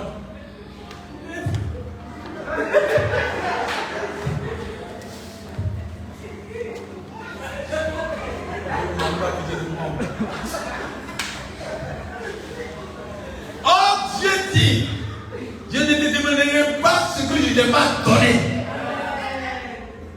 Quelqu'un comme ça, Dieu va l'enrichir. Ça dit, Dieu ne te demande pas quelque chose qu'il ne t'a pas donné. Dieu n'a pas dit va voler pour venir donner. Il dit ce que tu as là, donne-moi ma part, donne-moi le retour. Et puis Dieu ne demande pas la moitié, il demande un dixième seulement. Et puis il dit fais des offrandes selon dans ton bon cœur. Avec ça encore, tu en parles avec Dieu, Dieu est donné. Donc de l'offrande, tu es là, tu vois que Dieu me dit, toi, tu ne vas pas devenir riche. Il y a des personnes là qui les regardent, tu ne vas pas devenir riche. Je dis, parce que toute fois que tu habites dans ta maison, il regarde ton cœur, il regarde ton panier pour donner l'argent à Dieu. Par exemple, ton visage est serré. Il y a quoi? Est-ce que vous avez vu un garçon qui donne l'argent à sa femme? Chérie, tu as payé d'argent, tu as 50 000, non 100 000. Et puis à un moment, le garçon vient dire, chérie, il a payé 10 000 francs. Ah, toi aussi! Je n'ai rien, moi il te dit je n'ai rien. Regardez bien. Dans 6 mois, 7 mois, quand la femme demande l'argent au monsieur Rosa, dans son cœur, quand il demande, je veux Dieu. Il ne peut pas garder lui-même son argent parce que lui va avoir besoin, lui ne va pas prendre maintenant. Toi, il ne va plus te donner l'argent. Quand il demande, ah, chérie, ça va. Il dit, c'est sûr, il faut payer. Il faut payer. Parce que lui, c'est quelqu'un qui te donne, tu n'es pas reconnaissant. Donc, en vérité, à une femme que tu donnes, le jour où tu as problème, elle te redonne, il a envie de te donner toujours. Mais une femme, quand tu lui demandes d'être derrière, ton mari commence à devenir dur. Donc, si tu es dedans, chante, dis à ta, donne toujours une femme. Chante. Trop intelligent devient pauvre. Trop égoïste devient pauvre. Amen. Quand tu reçois, il faut donner. Quand ton mari a besoin, donne à ton mari. Mais quand Dieu parle d'offrande, c'est à ce moment-là, il va les chrétiens maintenant. On voit ici Abraham. Dieu dit à Abraham dans Genèse 22. On a vu ça la fois passée. Genèse 22 dit, donne-moi ton fils. Ton unique. Mais qui est le propriétaire de l'enfant là? C'est Dieu. Dieu a prêté ça à. Et Dieu dit, il en a besoin. La vie de quelqu'un, regardez bien, quand Jésus dit, il devait rentrer dans Jéricho. Il devait passer à Jéricho, rentrer à Jérusalem. Il dit, allez-y voir l'âme qui est attachée. Dites-lui que le maître en a. Qu'est-ce qu'ils sont partis là? Ils n'ont pas donné. Ils connaissent la puissance de la parole de Dieu. Ce que tu as appartient à Dieu. Quand Dieu te demande de donner, il faut que tu donnes avec joie. Parce que lui qui t'a donné, il est capable de te redonner encore. C'est pas Abraham n'a pas refusé son fils unique. Mais quand il s'agit de dire d'offrande à travers les chrétiens maintenant, il dit c'est pas Dieu dit c'est parce qu'il est méchant, il est fâché. Il dit à cause de ça, j'ai frappé de malédiction. C'est la première fois Dieu parle de malédiction. Il dit, donc Malachie doit dire que vous êtes frappé de malédiction parce que vous volez de l'air. Parce qu'en vérité, c'est Dieu qui t'a donné. Donc quand c'est l'heure des offrandes, normalement tu dois danser. Église évangélique, c'est-à-dire quand tu vas dans des choses, regarde dans des offrandes. Église évangélique francophone, église évangélique anglophone. Tu as l'impression qu'ils n'adorent pas même Dieu là. Tu as l'impression que les anglophones sont bêtes. Et les francophones sont plus intelligents. Mais à la fin, ceux qui sont bêtes, c'est ceux qui sont riches. Et ceux qui sont intelligents, c'est ceux qui sont pauvres. Donc si nous voulons changer, nous serons des grands donateurs. Que l'on met là, la main qui donne reçoit facilement. La main qui retient ne reçoit plus rien. Donc il faut que tu sois donateur. 1 roi 3. Venez 1 roi 3, va bien rapidement. 1 roi 3. Vous pouvez dire ça. Après, 2 Chroniques 7, verset 2. On va lire 1 roi 3. Verset 4 à 13, rapidement. Amen. Quand tu es disposition. Il faut lire. Donc, les grands donateurs. Amen. 1 roi 3, verset 4. Verset 4. Verset 4 à 13. Oui. Dieu a promis des choses à Salomon. Mais c'est à partir d'un acte que Dieu a commencé à bénir Salomon. En vérité, Dieu peut faire des promesses sur toi. Ce n'est pas des anglophones, on appelle ça le contact prophétique. C'est-à-dire que vous savez, les francophones, maintenant on fait ça. Avant que tu prêches, les francophones sont assis sur prêche! Prêche! C'est les anglophones, on a vu ça. Quand on prêche, on s'éveille. C'est d'abord qu'ils sont bien s'éveillés. La bénédiction s'acquiert. Il dit depuis le temps de Jean-Baptiste, le royaume des cieux est forcé. Quand tu cherches de l'argent, tu vas s'éveiller l'argent. Vraiment. Quand tu veux pêcher, tu vas s'éveiller l'argent. Toi, tu n'as pas d'argent. Oh, Dieu est vivant, Dieu est vivant. Dieu aussi dit je suis vivant, tu seras ça tous les jours. Dis, 1 Corinthiens 3, verset 4 à 12. 1 roi 3. Verset 4. Le roi se rendit à Gabaon. Il se rendit à Gabaon. C'est le roi. Ça va compris que le plaisir de Dieu est un homme qui doit prospérer, doit aimer donner. Mais un homme qui veut avoir toujours lui seul, tu vas te perdre. Il dit le roi s'est déplacé, il dit pour y sacrifier. Hein? Car c'était le principal des hauts lieux. Oui. Salomon offrit 1000 holocaustes sur l'autel. On n'a pas dit Salomon allait s'asseoir pour assister. C'est lui-même qui a aidé. C'est lui qui a marqué Dieu là. C'est lui-même qui a aidé. C'est lui qui offre les 1000 holocaustes du matin jusqu'au soir. On va dire les exagère. Parce qu'il a compris que l'offrande est attribuée aux yeux de l'Éternel. Et Dieu aime les offrandes. Alléluia. C'est pas Dieu aime les offrandes. Les gens ne savent pas cela. Tout dans le monde mystique, dans le monde des fétiches, dans le monde des choses, de la divinité, les offrandes sont toujours demandées. Amen. C'est pas même quand les mystiques demandent quelque chose, on leur demande une offrande qui est chère. Au début, on te demande tout seulement. On dit tu vas aller loin. On te dit ça. Va plus loin encore. Va plus loin. C'est quoi le mystique puis après? Parce que l'offrande, on demande, au fur et à mesure que tu demandes les grandes choses, il faut que tu sèmes grandement. Tous les jours, toi, c'est 25 qui sèment. 25, Dieu te bénit au rouge, c'est 25. Dieu te bénit pas au c'est 25. 25. Dieu te regarde, vous avez dit 25 à chaque instant.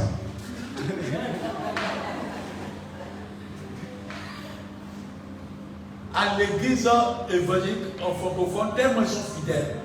Quand Dieu les bénit, les chrétiens francophones, quand Dieu les bénit, on a une maîtrise qu'on ne doit pas avoir. Ici là, francophone, quand Dieu les bénit, on ne sent pas que Dieu est béni. Même en anglophone, on sait ça. Alléluia. Parce que quand quelqu'un est bon, quoi, là, quand l'argent arrive, ça ne peut pas bouger sur lui. Elle n'a pas l'argent, ne peut pas bouger sur lui. C'est quelqu'un qui est bon de cœur là. L'argent fait bruit parce qu'il est généreux, il donne à gauche, à droite. On sent ça. Alléluia. Donc, quand on vient dans les décans évangéliques, il n'y a pas que d'autres viennent un sac. Tellement Dieu les a bénis. Dieu fait offrande au panier, enveloppe kaki, stop. Il donne des millions. Mais nous, les francophones, tellement on a pas. Vous voyez même, on ne va jamais te donner une enveloppe. Jamais. Quand, si tu es ici là, on vient faire enveloppe, des gens disent. Ça a donné, tellement le temps de Dieu francophone est devenu pauvre. Enveloppe kaki. qui n'en gagne pas. Quelqu'un veut donner 4 millions, 10 millions, 20 millions à Dieu. Ce que Dieu a béni, n'est pas Dieu a dit. Vous pensez que Dieu ne bénit pas les gens, il bénit les gens. C'est parce qu'on est infidèle, c'est parce qu'on est des avares, parce qu'on arrête, on est des coupeurs de route. Quand tu as coupé route, Dieu tu coupes la route du soir aussi. Salomon a fait toute la journée en train de donner aux femmes. Matin, midi, soir, jusqu'au soir. Dieu va lui dire que Dieu, tu vois. L'Éternel apparut en songe à Salomon. L'Éternel apparut en Salomon. Quand le cœur de Dieu est touché par une offrande, il y a une apparition qui t'aide. Il a parlé à Salomon, il dit, écoute ta suite. Et Dieu lui dit, demande ce que tu veux que je te dise. Attends, Dieu m'a quand même posé la question.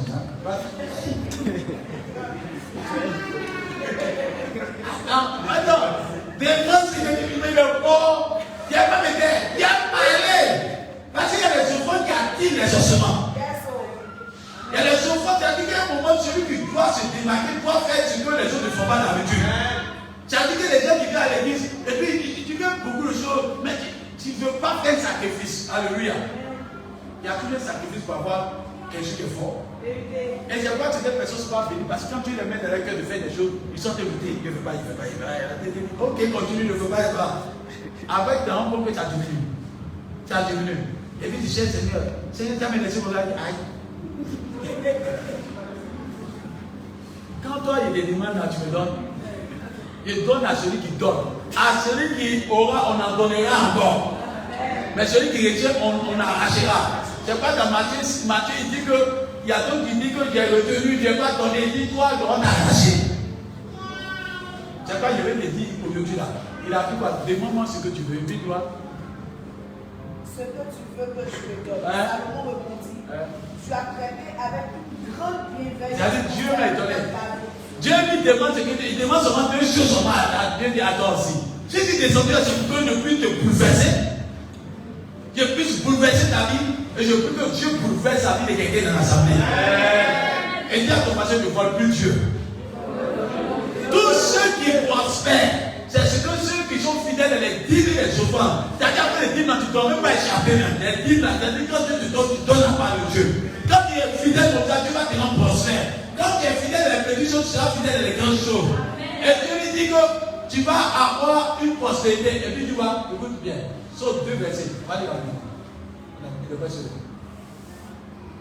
Accorde donc à ton serviteur un cœur intelligent pour juger ton peuple, discerner le bien du mal, car qui pourrait juger ton peuple, ce peuple si nombreux. Cette demande de Salomon plut au Seigneur. Et Dieu lui dit, puisque c'est là ce que tu demandes, puisque tu te demandes pour toi, ni une longue vie, ni les richesses, ni la mort de tes ennemis, et que tu te demandes de l'intelligence pour exercer la justice, voici, j'agirai selon ta parole. Je te donnerai un cœur sage et intelligent, de telle sorte qu'il n'y en aura eu personne avant toi, et qu'on ne verra jamais personne de semblable à toi. Écoute bien ça. Je te donnerai en outre ce que tu n'as pas demandé. Attends, Dieu dit quoi? Attends, c'est ça qui me marque. Ça dit que l'offrande t'a appelé, Dieu m'a donné ce qu'il n'a même pas demandé. Amen. Quand tu donnes avec bon cœur là, Dieu va te donner ce que tu n'as pas demandé. Amen. Mais quand tu donnes avec bon cœur là, ça te fait des. Et puis tu vois, il y a une bénédiction. Ce que tu n'as pas demandé, des richesses et de la gloire. Ah, il y a des richesses et de la gloire. Je veux que Dieu permette que la richesse et la gloire tu rencontres. La richesse et la gloire tu rencontres. C'est pourquoi je veux dire à quelqu'un, il faut que tu apprennes à donner. Il faut que tu apprennes à donner. Dis à ton voisin, il faut donner. Il faut donner. Je dois donner. Vous pouvez lire 2 Corinthiens 9, verset 7 à 11. Ça va vous aider aussi. 2 Corinthiens 7, verset 2. Et vous pouvez lire Genèse 22, ça parle de donner. J'aime arrêter là pour ne parler plus loin. Comme on est dans le corps, alléluia. On peut pousser encore. Dans la quatrième discussion, il faut que tu sois un grand donateur. Il faut que tu donnes. Qui a demandé, il faut donner. Il faut toucher quelqu'un. Esprit d'avarice sort de ce corps. L'esprit d'avarice sort de ce corps. En tout, j'ai gardé un parti comme ça. L'esprit d'avarice sort de ce corps.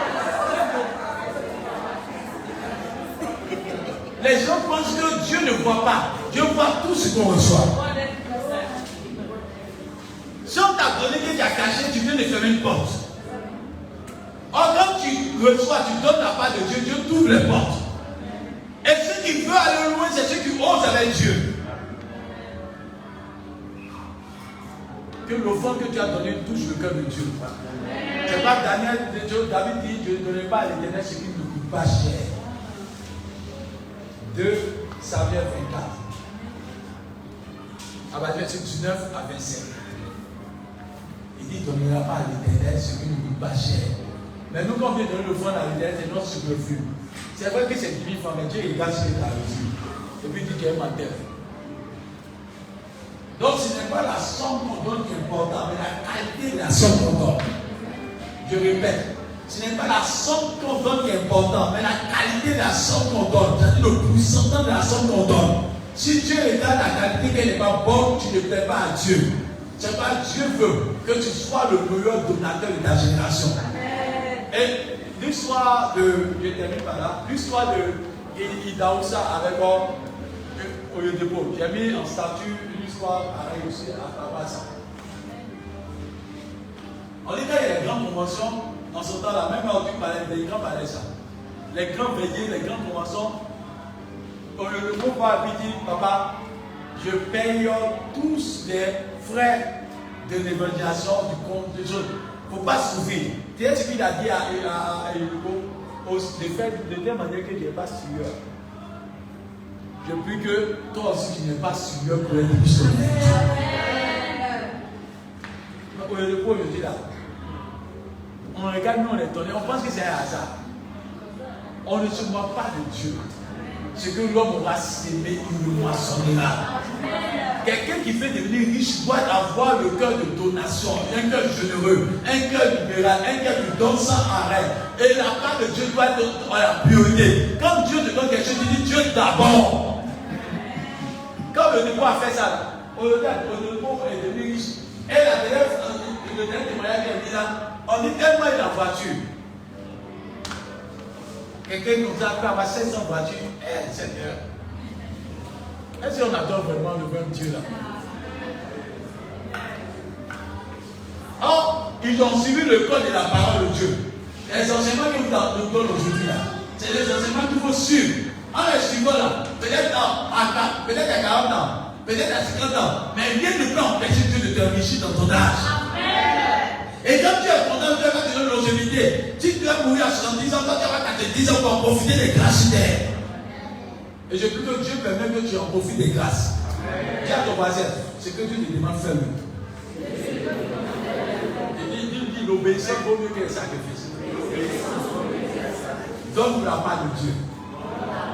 Et obéis à la voix de Dieu. Si on se tient debout, on va continuer la suite la prochaine fois. D'accord, monsieur?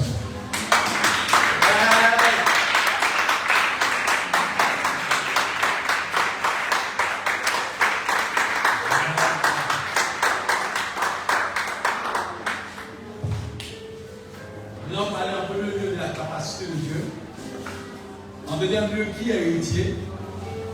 En troisième lieu, la loyauté, la fidélité. Quatrième lieu, les sacrifices, les offrandes et les dîmes. Il faut que tu sois un grand donateur. On va avancer dans le corps, ça va peut-être au nom de Jésus-Christ. Ce matin, tu t'as parlé. Et ce que je veux, c'est que tu sois le milliardaire de la génération. Dès le les mains, je vais prier simplement. Mon souhait, c'est que vous puissiez vous adapter à la parole de Dieu. Je sais qu'il va y avoir des milliardaires dans sa vie. Peut-être que tu ne sais pas, mais Dieu qui annonce qu'il y a une grâce qui est déversée. Je prie que le Seigneur bénisse cette église. Je veux que Dieu permette que ces paroles soient gravées dans nos cœurs. Que Dieu permette que nous soyons des grands donateurs. Qu'en nous se trouve la fidélité. Qu'en nous se trouve la loyauté. Qu'en nous se trouve véritablement la capacité véritablement d'être véritablement des enfants qui connaissent la parole de Dieu. Et que nous sommes des vrais héritiers. Et que dans l'héritage que nous avons, que nous manifestons la foi. Parce que la foi fait venir la grâce de Dieu. Seigneur, donne à chaque membre de cette église de quitter tout ce qui est vice. De quitter tout ce qui est péché. De tout ce qui n'est pas la gloire de ton nom. Et que l'obéissance de ta parole soit grande dans nos cœurs. Seigneur, que nous soyons prêts à donner sans relâche. avec vie, avec joie, et donner avec cœur, et que ce que tu nous mets à cœur, que nous courons pour donner. Parce qu'une offrande peut permettre d'avoir la victoire sur les ennemis. C'est vrai qu'il a donné l'offrande, il a eu la victoire sur tous ses ennemis. Permets que nous serons attachés à ta parole, riés à ta parole, et que tu nous donnes la capacité d'être milliardaires de demain. Que nous soyons milliardaires, que nous soyons propriétaires, et que toutes les richesses des nations soient épargnées à notre faveur. Permets que tous ceux qui sont en ligne soient bénis, que ceux qui sont dans la salle soient bénis, et que Dieu se souvienne de ces paroles. Dis-moi Amen 3 fois.